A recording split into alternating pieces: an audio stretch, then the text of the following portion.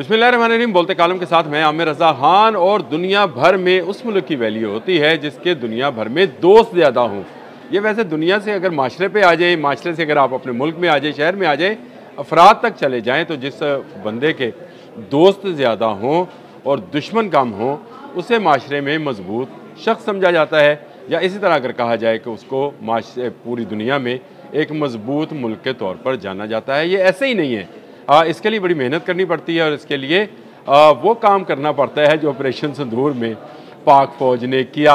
और उसके बाद से भारत पूरी दुनिया में मुँह छुपाता फिरता है। यानी मोदी जो सरकार है वो कहीं की नहीं रही है।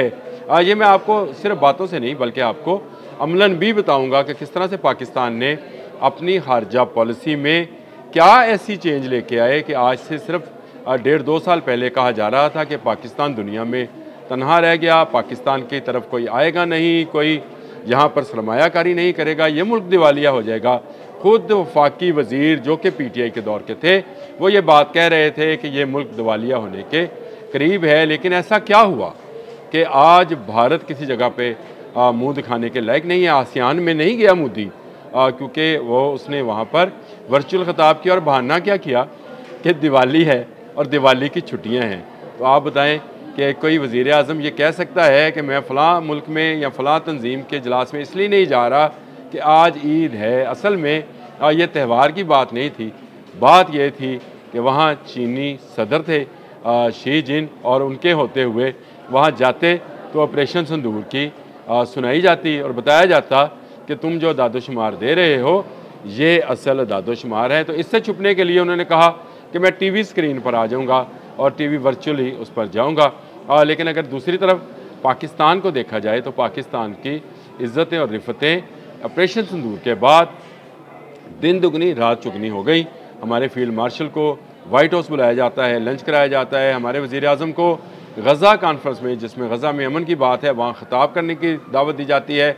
और सदर जो हैं डोनाल्ड ट्रंप जो हैं वो उनके लिए माइक सीधा करते हैं। फिर जब अक़वाम मुत्तहिदा का ख़ुसूसी इजलास था तो उसमें भी हमारे फील्ड मार्शल हाफिज़ आसिम मुनीर और वज़ीर आज़म शहबाज शरीफ को स्पेशली बुलाया जाता है वाइट हाउस में और एक मीटिंग जो है अरेंज की जाती है। और वो डोनाल्ड ट्रंप कहता है मेरे फेवरेट फील्ड मार्शल और मेरे पसंदीदा वज़ीर आज़म शहबाज शरीफ और हाफिज़ आसिम मुनीर। तो ये वो मामलात हैं जिनको इस तरीके से चलाया गया कि आज पाकिस्तान दुनिया में तल्लकात के हवाले से, दोस्तों के हवाले से नंबर 1 मुल्क बन गया है। और मैं आपको साबित करूंगा कि पाकिस्तान ऐसे ही नंबर 1 नहीं हुआ है। मैं मार्च 2024 से लेकर सितंबर 2025 का अगर आपके साथ डाटा शेयर करूं कि पाकिस्तान के वज़ीर आज़म और पाकिस्तान के वफूद ने कहाँ कहाँ के दौरे किए, तो 34 ममालिक हैं जहाँ के दौरे किए। सदर ममलिकत ने 3 सरकारी दौरे किए और वो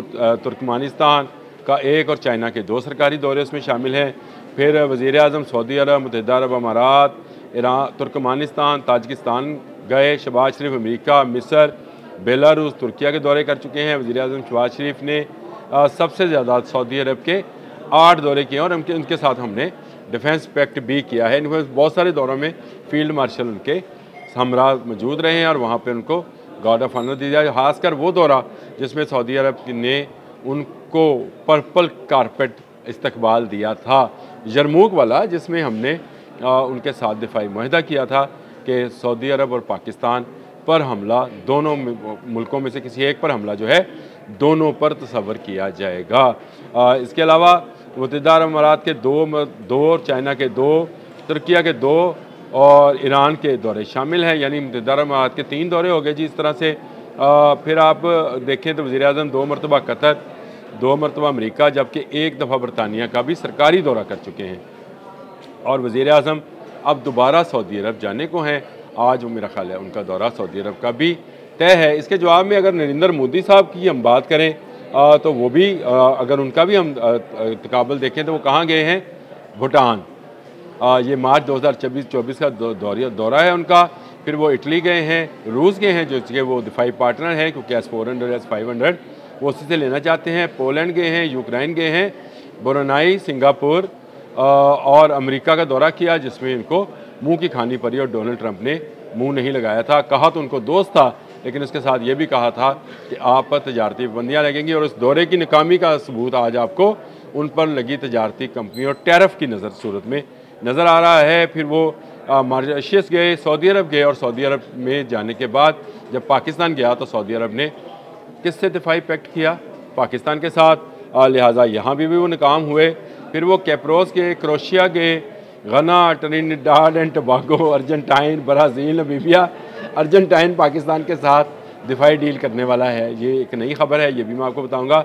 जापान और चीन, ये 31 अगस्त से 1 सितंबर तक 2025 में एक इजलास हुआ था चीन के अंदर, जिसमें वो गए थे और वहाँ पर जाकर उन्होंने शिरकत की थी, लेकिन वहाँ पर उनको खातर ख्वाज कोई जो है वो कामयाबी, क्योंकि चीन की तो उनका दुश्मन मुल्क है, यह समझा जाता है कि वो चीन जो है उनके लिए एक दुश्मन रियासत की सूरत अख्तियार करता है। हाँ, मुख्तलिफ मीटिंग्स में वो ज़रूर। तो इस तरह से अगर देखा जाए तो पाकिस्तान ने दुनिया भर में पछाड़ दिया है भारत को, और हम पाकिस्तान की खारजा पॉलिसी जो वज़ीर आज़म शहबाज शरीफ और फील्ड मार्शल आसिम मुनीर की उन्होंने मिन्नत है। हमारे वज़ीर ख़ारजा इसहाक़ डार भी बहुत मेहनत करते हैं, हमारे वज़ीर दिफ़ा जो हैं ख्वाजा आसिफ, हमारे वज़ीर दाखिला मोहसिन नकवी, ये तमाम वो लोग हैं जो वक्तन फ़वक्तन मुख्तलिफ़ दौरों में शामिल रहे हैं और मुख्तलिफ़ दौरे करते भी रहे हैं मुख्तलिफ़ ममालिक के, जिससे ममालिक में वफूद की सतह पर बहुत करीब आ गए हैं। और मैं ये समझता हूँ कि इस वक्त पूरी दुनिया की नज़रें पाकिस्तान पर हैं। और ये जो मैंने शुरू में कहा था कि आपको एवं कोई इज़्ज़त नहीं देता है। पाकिस्तान ने ऑपरेशन सिंदूर जो कि मई में शुरू हुआ था, 6-7 मई की दरमियानी शब भारत ने हमला किया, जिसका जवाब हमने उसी रात दे दिया था। और उनके 7 जहाज़, जिसमें 6 उनके जहाज़ वो थे जो मैंड यानी पायलट्स के ज़रिए थे और एक अनमैंड था।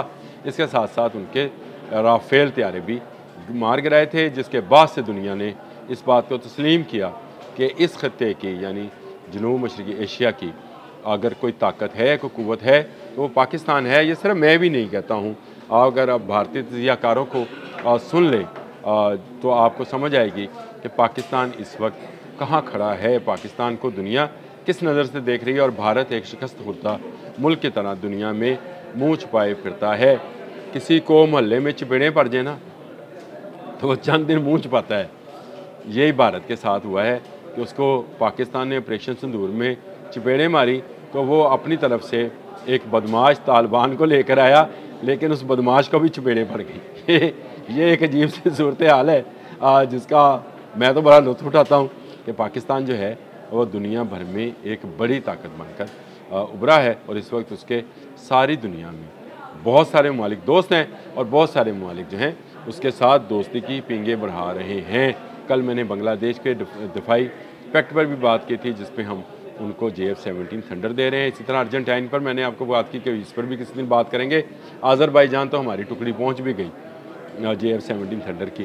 तो पाकिस्तान ने अपनी दोस्तियां बढ़ाई हैं, पाकिस्तान ने अपने तल्लकात बढ़ाए हैं। इस वक्त पाकिस्तान दुनिया का वो मुल्क है जिसके साथ हर मुल्क दोस्ती करना चाहता है।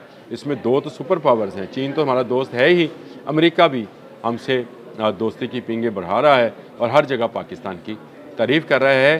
तारीफ़ के काबिल हैं वो लोग जिन्होंने पाकिस्तान को एक तन्हा होती मुमलिकत को दुनिया भर में सबसे बुलंदी पर ला खड़ा किया है। अब तक के लिए इतना ही। अल्लाह हाफ़िज़।